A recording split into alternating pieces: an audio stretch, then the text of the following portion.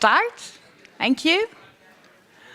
So a very warm welcome to this year's ECA NVAO Winter Seminar on QA of cross-border higher education. I think also a very warm welcome to Scheveningen, to this marvelous place, I guess, and to this nice venue. I am Anne-Fred, and I combine two things in relation to the ECA NVAO seminar. I'm vice chair of NVAO and member of the board of ECA. The issues on cross-border higher education also put ourselves with challenges, and we also see that, especially in the Netherlands, the government is also dealing with these issues. And that's why we think that today's seminar is really interesting and the right thing on the right time. So we hope that today's seminar also contributes to this discussion and that we can learn more from your insights, from your experiences. So please enjoy. I will immediately pass the floor to Jürgen Petersen and bear a little bit longer with me as I will try to guide you through the afternoon. Thank you.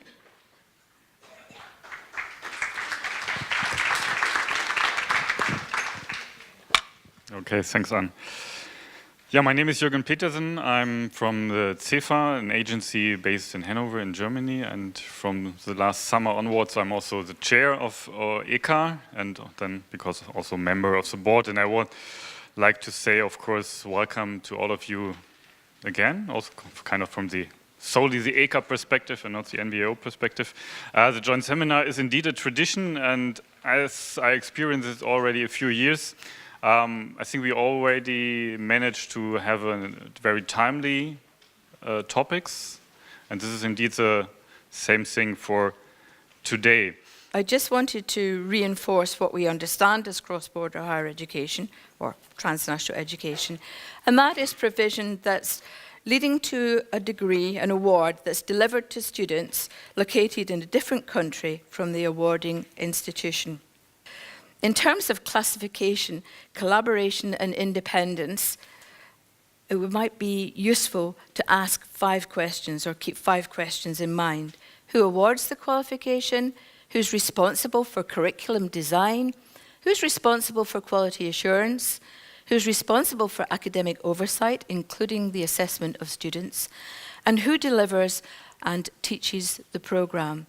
These are all things that are mixed up in various different types of transnational education. There's an underlying trend there. Some of you may very well know the issues that there are around visas and movement in the UK, but the underlying trend in transnational education is up, an increase in numbers over a 5-year period. I'd say the top 5 locations have been the same for several years, but there's changes in the next 5. The top 5, not surprisingly, being China, Malaysia, Singapore, Hong Kong, and Oman. The only appearances in terms of student numbers from Europe are from Greece in the top 10. Why establish international branch campuses?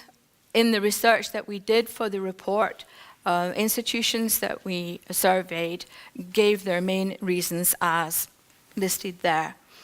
I should say that the revenue one, I think that more came from the United States, but you have to realize that actually revenue is not necessarily profit, and revenue might not actually cover your costs. So in fact, institutions have to be pretty business savvy, have good business planning in order to get involved in this sort of activity and to do it well is a branch campus. United States is, if you're delivering more than 50%, of your program in a location, that's a branch campus. I don't think many of the rest of us would consider that's the case.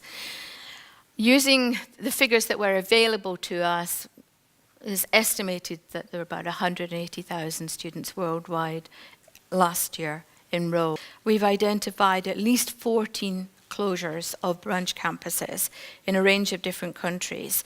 2 in Singapore, 2 in the United Arab Emirates, 2 in the United Kingdom, Boston University pulling out from its Brussels Graduate Centre after 42 years, and also quite a number of American institutions who perhaps didn't actually understand the environment in which they were operating, or appreciate the challenges that there are in delivering outside their own state. Slovenian Quality Assurance Agency. Just a short question. Does this belong within European Union to education or to services? I ask this because Slovenia is under infringement, but not by Directorate of Education, Youth and so on, but Directorate of Services. That's correct, it's services. There's cross-border services within the European Union. And if you look at the Services Directive, then the quality assurance has to come from the home, from the sending country, as opposed to the receiving country. That doesn't mean to say that people from sending countries would ignore any kind of partnership between their agency and the agency in the countries in which programs are delivered. But yes, it does come under services within the European Union. And again, this is what we show the authorities in France or in each of the locations. So we meet those criteria for a very simple reason. We won't compromise on the quality of our students and our faculty. So these are assessed exactly the same way. It also means, going back to the throughput aspect, that the students, when they evaluate courses, because we evaluate them, we give them grades, but they also give grades to the courses, of course, or sort of, and to the faculty. And this is also done centrally. It's the same information system across campuses for the students to give their feedback on courses. That's essential for us. It's one school, again, several campuses. Staff is a different thing, because that's, again, maybe a sort of forgotten dimension where you talk about education, you talk about faculty, yes, faculty and students, but also there's supporting staff and processes that are behind there. And of course, staff in Singapore is local, mostly. The head is Singaporean, but was a professor at ECA before in France, before he was moved to Singapore. The head of the campus in Morocco is a French faculty member, but he has a group of Moroccans working with him. So it requires a lot of training and a common information system that we use. Okay. The Ghent University Global Campus, indeed in South Korea, more in particular in the city of Incheon. And this slide sort of already presents the problem in a nutshell, because it clearly says Ghent University Global Campus. Beneath it are Korean characters. Heaven knows what they say. We hope and we trust they also say Ghent University Global Campus. But, you know, by the same token, they may say something like, Ghent University is a joke, and never go there. You have to have local staff that you can trust and that are 100% behind this venture, because you rely on them for your living, as it were.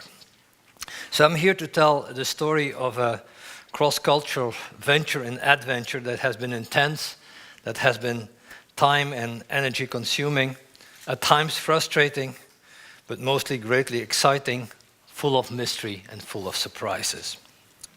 We expect a further step in the NVAO accreditation process when there will be an on-site visit in 2020. But apart from the NVAO accreditation, we also needed to be accredited by the Korean government, more in particular the Ministry of Education, and that was a different ballgame altogether. We ended up submitting a 1,000-page file in Korean, which did not, in the first place, concern the quality of the programs as much as the solidity and the financial viability of our institution. It was quite a bureaucratic operation. Good afternoon, everyone.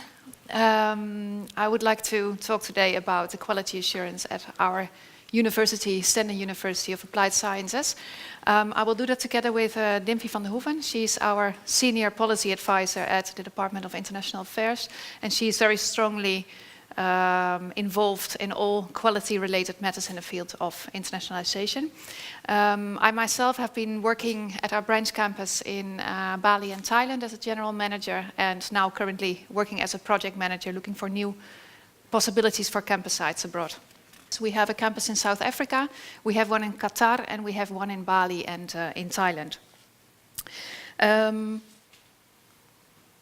We have two main activities that we conduct at our campus sites. And well, as we've heard, there are around 250 or 251 branch campuses in the world. And I must say many of the branch campuses are much bigger than ours. And we have seen that on some other campuses, I think up to 5,000, 6,000 students are involved. I will show you some numbers later, but we are quite a bit smaller. What we are, I think, quite unique in, and please correct me if I'm wrong, but the intercampus mobility that we are doing, we're doing that at quite a large scale. We have around 600 students a year. We call it the Grand Tour, who go from one campus site to the other for 10 or 20 weeks to do either a minor program or part of their major. And the minor programs, we offer various minor programs on our campus sites. And those minor programs, they're very much connected to the local industry. You see here the degree programs that we offered, more or less a number of students, of course, that's fluctuating all the time. And you see the minor programs that we offer and the number of Grand Tour students.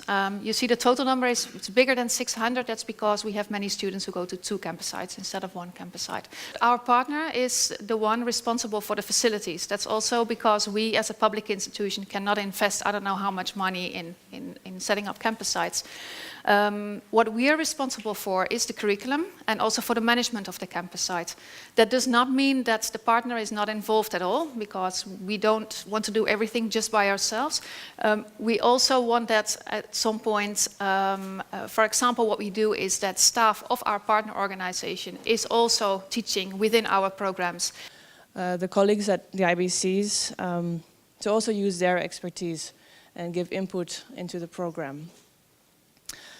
So that really is a balancing act between having to stick to Dutch regulations and accreditation standards, while at the same time wanting to co-create a program, which is also the main benefits of having IBCs, at least from a Stennon perspective. My name is Laura Rumbly, and I'm with the Boston College Center for International Higher Education. I've been very intrigued this morning by the discussion around the evolution of language to discuss what we're covering today, kind of moving from this home campus, branch campus terminology to an idea of one institution, many campuses, or a multipolar strategy. I think that's very intriguing. But still, at the same time, what I'm also hearing in this conversation is that the locus of control is really quite typically with what I would call the initiating institution or the main campus. So I have a future-oriented question. Do we envision a future for these multi-campus arrangements whereby there is a more diffuse locus of control? And I'm thinking here particularly of shared governance and shared decision-making. I think we see some examples in the Stendon case of shared discussion around curriculum, but I'm curious about sort of the deeper, bigger questions of governance and decision-making with an international arrangement of this type. That's a very interesting question. And of course, to the extent that the campus abroad reaches maturity, you'll see that also the faculty there will be claiming more autonomy. But it's not just a question of control, it's also a question of involvement, because the big danger is, you know, Ghent University is a big university. We have 42,000 students. We have 150 students in Korea. The big danger is that we'll forget about them, that they'll be left to their own devices. So it's not so much a question of control as it is a question of involvement. It's also control because you want to make sure that you have the same quality standards and they are not lowered for any reason whatsoever. But it's also a question of not forgetting them, assisting them, assigning enough resources so that they can grow and they can flourish. But to the extent that the faculty over there becomes more self-assured and they find their footing in the new surroundings, I expect that they will have much more of a say in what goes on than they have today. Yeah. Yes, thank you. I think it's a very important question that you raised. It's still, I think, a learning process to answer your question, but it's a very good point. Let me tell you where we stand now, because we've been running this campus in Singapore for 10 years, and now we are just starting one in Morocco, and we'll have one in Mauritius. So the way we've changed the processes is several ways. One is we have what we call a Dean for Asia Pacific in Singapore, a Dean for what we call Africa Atlantic in Morocco, and there'll be one for Africa, Indian Ocean in Mauritius. The Dean for Asia Pacific and his deputy are part of the executive committee of the school, so that's the governance issue. So which means they meet every week, so Monday morning, Paris time, mid or afternoon Singapore time, by video conference, and he flies to France once in a while as well. But that's done on a systematic basis, okay? The one in Morocco is still very recent, but he will be part of this video conference process, but he flies to France because Morocco is much closer, of course. But that's one thing, one beginning of an answer to your question, but it's a very important one. Then the fact that we had a campus in Singapore led us to create an international advisory board that was just explained by Stendon. So we created an international advisory board with people from India, from China, from Singapore, from Europe, and so on and so forth. But this is an advisory board. The next step, of course, for us is to make sure that the statutory boards of ESSEC, the real legally governance structure, which is French, based in France, registered with the Ministry of and this and that, this will include at some point in time representatives of the Singapore campus and so on. On the French board, we have a very complicated two-tier system of a board of overseers and board of management. Okay, the board of management is French. The board of overseers includes faculty and students. So there are international faculty members and there are international students. It happens that I think they're currently French. But the next step for us is, and I'm very happy that you raised the question because then I can bring it back home and say, you know, some weeks ago, ECA sent out a survey on quality assurance of cross-border higher education, and we have Maciej Markowski from Poland and Solange Prizard, oh, you're behind me, to present the results. Thank you. Good afternoon. So we are trying to present you the results of the survey that most of you had and replied to. So thank you so much for your participation to this project. Right before that, I would like to go back with some background and rationale of the survey, and then we'll talk about the main findings and open questions.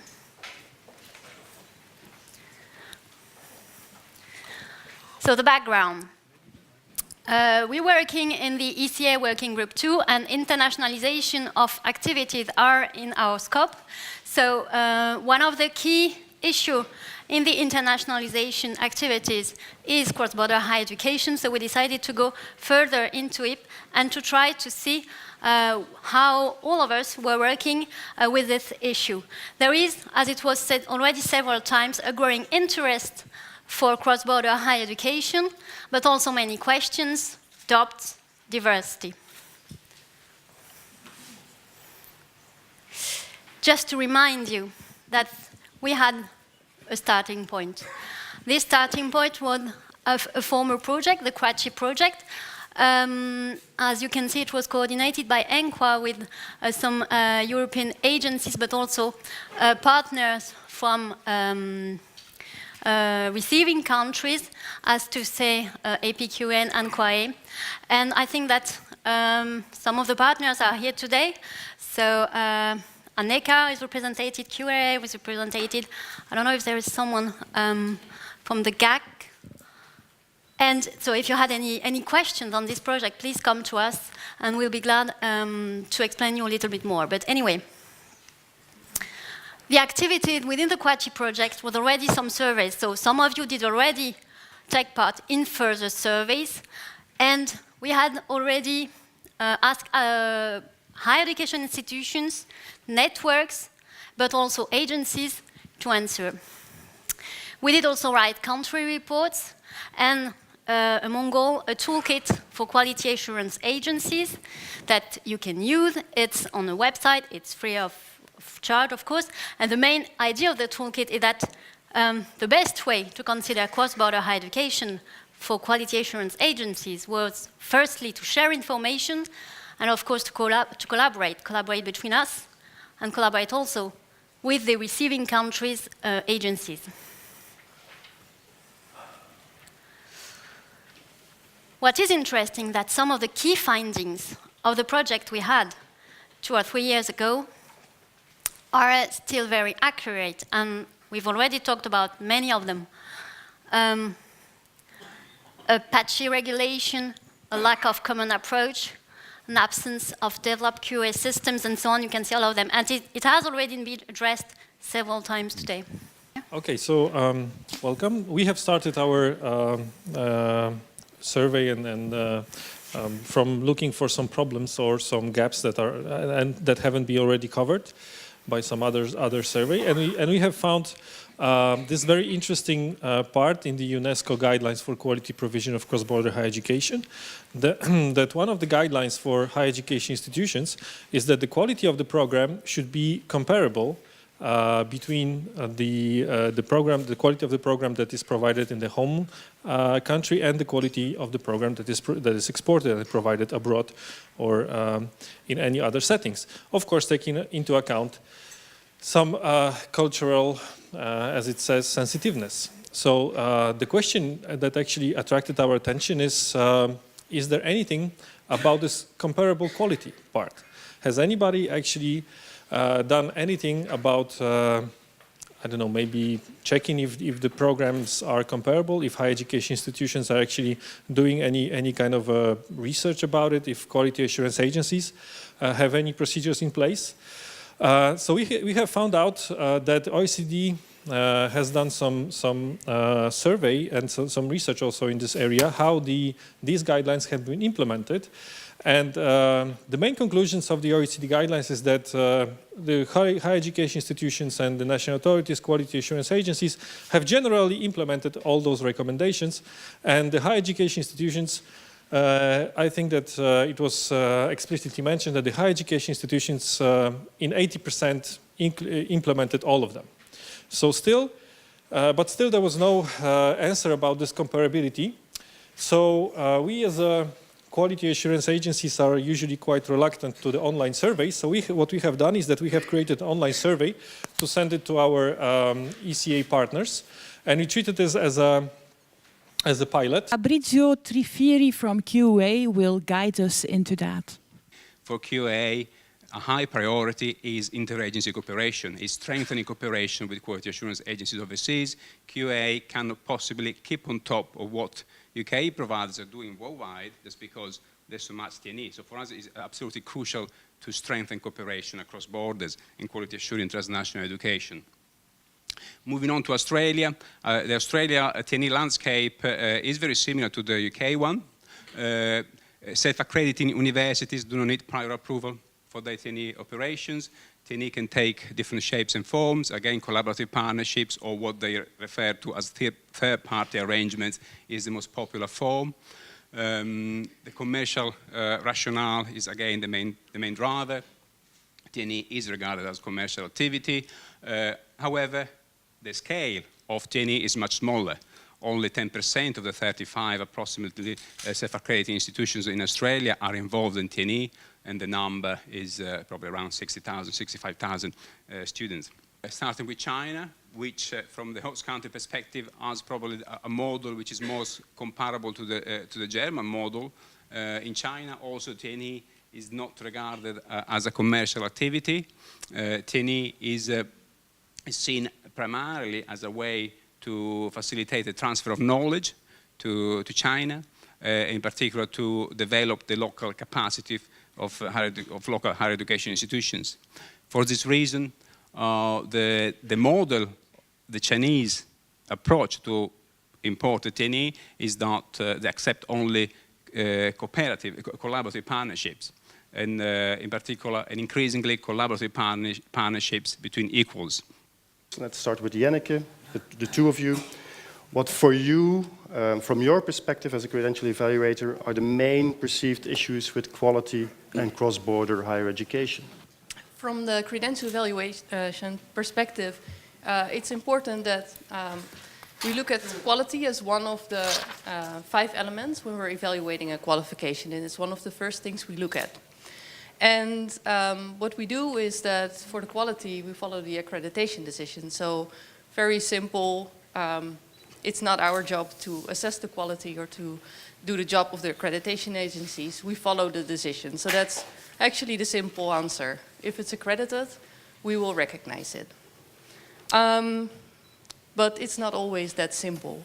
We have some cases where it's not very clear, where the quality is assured, but we get information that it might not actually be the quality that is said there is.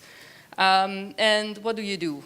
It's difficult because you have to follow the accreditation decision, but at the same time you hear there are problems, and sometimes you hear this from or you get this information from accreditation reports. So that's very difficult what you do in that situation. So that might also be something that maybe further in this panel that can be further discussed. Because for us it's important that we have an assurance of the quality, and it's not our job to go and delve into if the quality is assured. So yeah.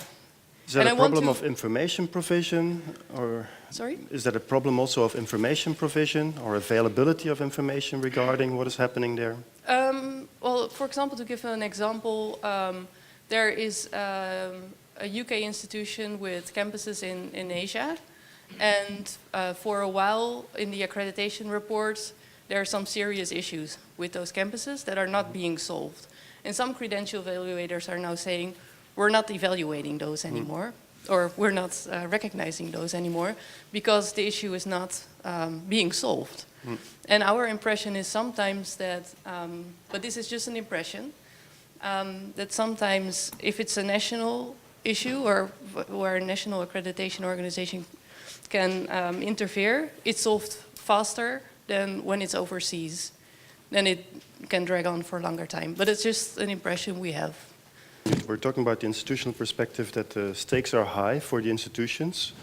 The stakes are high for the students too.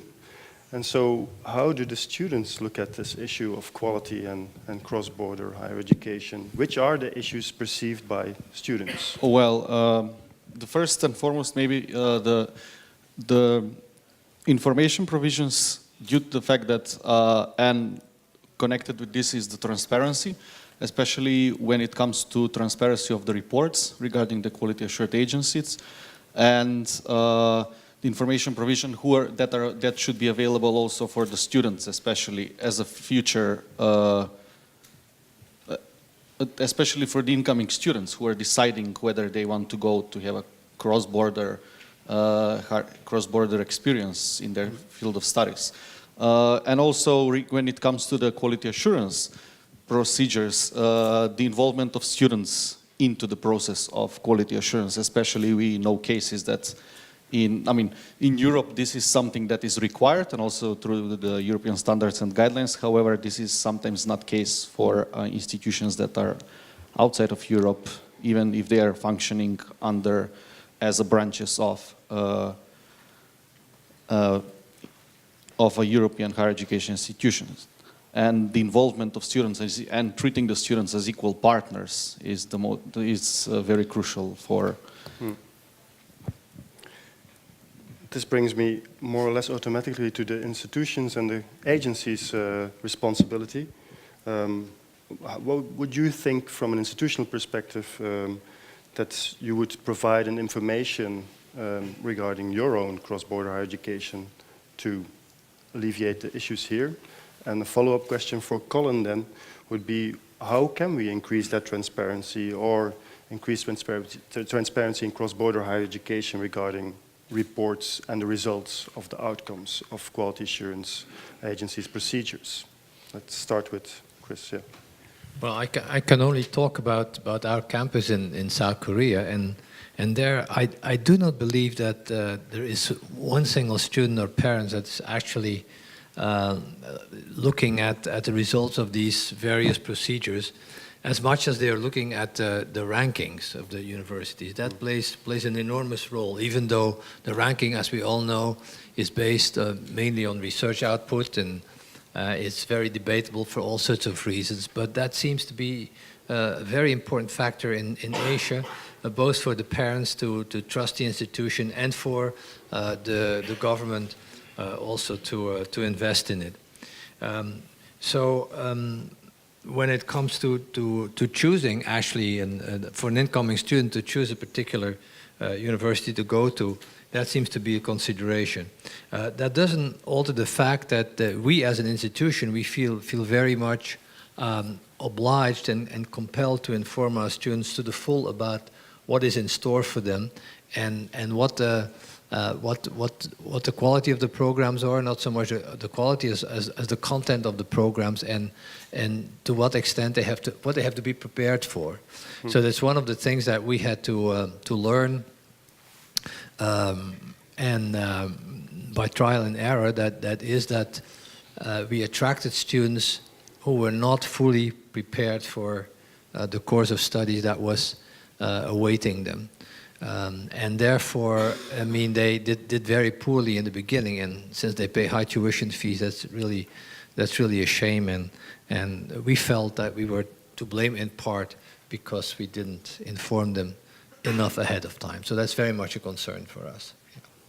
That's a main issue with information provision. That's not even just quality or the results of quality assurance, but coming to those aspects of information provision, Colin.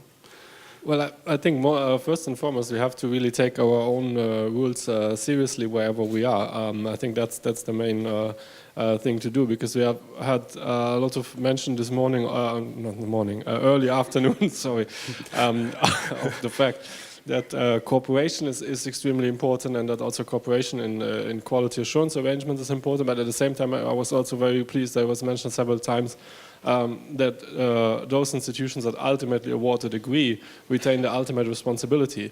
And that means, I think, for European institutions very clearly, if we look at our framework, if we look at European standards and guidelines, they clearly say institutions have responsibility for their qualifications. The standards and guidelines apply to cross-border higher education no matter where it's delivered. So we need to ensure the same level of transparency, the same level of involvement of students. If as a European higher education institution we go outside of the EHEA, if we offer EHEA qualifications. And in that way, I think it's really that we have to take our own framework seriously and apply it fully, even if we are outside of the EHEA, as long as we are offering EHEA education, basically. I want to move a bit into the regulatory issues, which brings me more to the ministry, because this morning Carolyn Campbell said that cross-border higher education is increasingly regulated. And then on the other hand, we heard from Dimfie van der Hoeven from Stenden that we should avoid red tape, and that excessive regulation would actually paralyze our potential in transnational education. So how do you look at this from the perspective of a ministry towards the problems that seem to arise, or the perceived problems that are arising, and what do you see as potential issues to solve these problems? Yes, it's very difficult to find a balance between what you mentioned. You can leave it on. Yeah. Oh, sorry. It's very difficult to find a balance between what you just mentioned. Actually, the Dutch ministry is responsible for the legislation of what we call it in here T&E.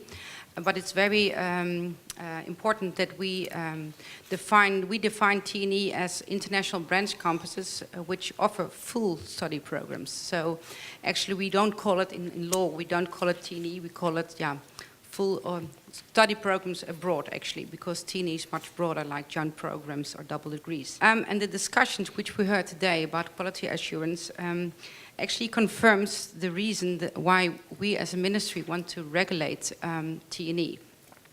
Because we see pitfalls, and we see pitfalls especially in the quality assurance. In the Netherlands, we have an inspectorate of education, and we find it very important that they can guarantee the quality of the degrees which are awarded abroad. And for an inspectorate to fulfill their role, it's very important actually that they can visit on the spot abroad.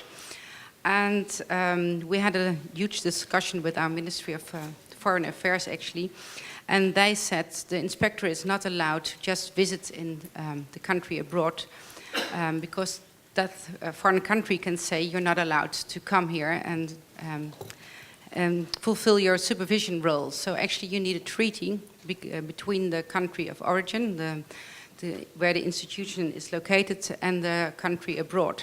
But that's a real thing, because you have to sign a treaty then between the two ministries in the country. So that's really a thing which we want to regulate in the legislation. And actually, Tuesday we send a law to Parliament, in which we regulate that you have to sign a treaty. If you have an institutional review and you just look at the internal quality assurance systems that the institution has put into place, then the same system applies to also the overseas campuses, and you don't have that particular problem anymore. Because, I mean, you are now, if you want to regulate this, and if you go as far as to say, if for some sort of strange reason the Dutch inspectorate cannot go and visit the branch campus, wherever it is, Moscow or elsewhere, then the institution is not allowed to establish a branch campus. And what are you doing? You're hampering the whole system. You're putting shackles on the whole system. My idea would be, don't meddle, don't meddle. Look at the institution and how it works as a whole, and please trust it. Trust. Okay.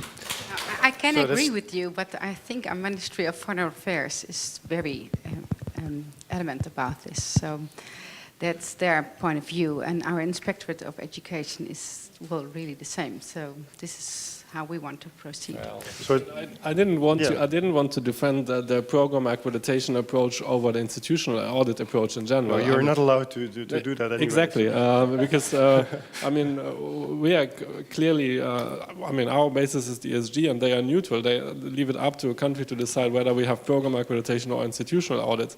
And but I think it's just you cannot accept that what's working with the programs at home, that the same level of quality assurance cannot be carried out for programs delivered somewhere else. Of course, in an institutional audit, this whole thing might be simpler, but then we still have to make sure that we have the same level of trust for quality and quality assurance. Well, it's a difficult question, because obviously you want to maintain standards. And you know what the standards are when you're talking about national standards. It's a little trickier when you start to establish and apply international standards, because they are subject to all sorts of processes which are further removed from you and you have less of a grip on. So I would say yes, bit by bit we have to move towards international standards, and I do think also the cooperation between the agencies that overlook the whole process has to intensify, and ideally we'll get to a situation where within Europe and beyond Europe the same standards will apply. But I think we have to go step by step and slowly, because we don't want to make the mistakes that have been made in other areas, European Union and so forth and so on, where you go too fast and then there are all sorts of things you overlook, and afterwards you have to repair the damage, and it's much more difficult. We, as credential evaluators, we are actually one of the first that are, being confronted with qualifications that, we might signal as one of the first that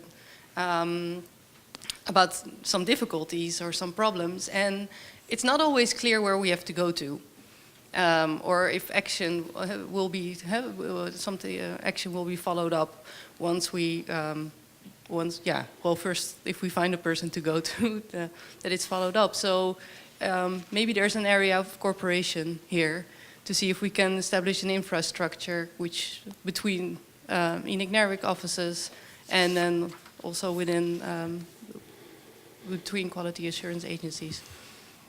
Or another solution, but at least that when we signal something, it can go somewhere and it's being acted upon.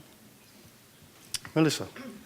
Yeah, well, what is needed actually is, which we started for yesterday, that we will change the law to make it possible, with or without treaty, but we will have sent it now to Parliament to make TNE possible.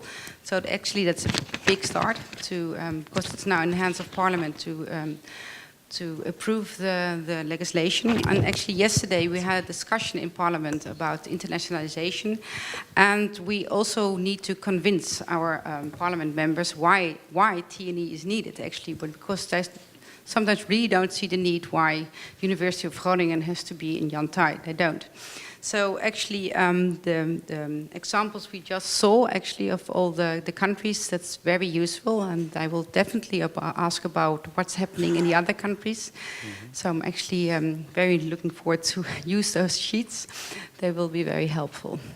So it's not only the ministry but also Parliament which has to be convinced about TNE. It's always the policymakers, isn't it? Colin. So I think we just have to work further on the convergence of our national systems, because what I have said before might have sounded unusually not pro-European from my side. So I think we have to really work on our common European framework, which has actually become more converged over the years. We even have one single approach for joint programs, and I think we have to develop that further, and we have to really trust each other, because Rafa said we don't have trust is not a currency, but we have a system for trust. We have ESG and the register of agencies, and in this framework at least the systems are still national, but we should get to the point where it doesn't matter anymore if it's national system A or B, as long as it's in the same framework. Yeah, just to follow up and briefly. I mean, we need to have also proactive stakeholders, and especially proactive countries, as Colin already mentioned. I mean, a few weeks ago in one of the Bologna follow-up groups, working groups, the discussion and the conclusions is that not all of the countries are having the same goals, especially towards transnational education. Some of them, they have different role. I mean, they see it in a different ways, and that's one of the issues that if the countries, the ministry representatives are agreeing and are on the same page, not only on a voluntary basis, but if you sign something, it's not anymore a voluntary basis that much. And if they agreed, and they should be proactive, but also the rest of the stakeholders in the country should be maybe more proactive in pushing towards improving and regulating this on a national and international level, meaning the agencies, the students and the higher education institutions as well.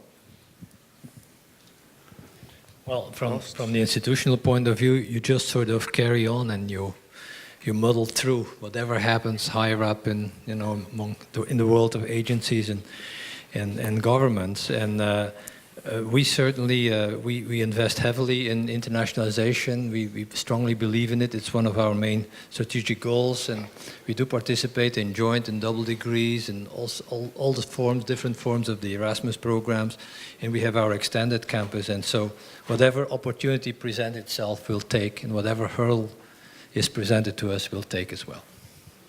Okay. I think that answers your plea. They are actually saying that if all stakeholders engage, we will take slow and very considerate steps forward to address the issues related to the quality assurance of cross-border higher education. Thank you, panel. Give them a hand. And we have to end here.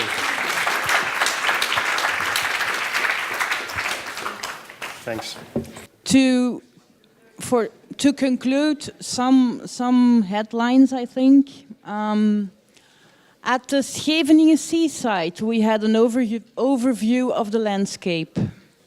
We had facts and figures, both in quantity and quality. We heard about headaches and about climaxes. We heard about QA systems steered primarily by the homeland institutions, but moving on. We heard that less than half of the agencies have comparability methods, although no real difference in quality is perceived. We heard about the importance of intercultural sensitivity, the importance of very different regulations and drivers, the importance of transparency for students and for society. We heard that agencies see their role and want to cooperate more. We finally heard that we need more action. So, Jurgen, in which conclusions do you see for ECA? Thank you. One of the main ideas I take home with me is that transnational education is always someone sending and someone receiving. And we talked today about, I think, Bologna countries or even ECA countries. This is kind of, we say, a kind of core Bologna. And it's interesting that on the one hand, I think we have quite some trust established, especially in ECA. But still, we don't need enough on how the agencies handle transnational education in their countries, either when their countries are the sending countries or they are kind of the receiving countries. But of course, we have the trust base, so we can work with that. So, but I think that would be one task for ECA to just assemble more information on that, on the procedures, and come to common conclusions on how to handle that. And the other direction is when we are the sending countries, but the receiving countries are outside of Bologna.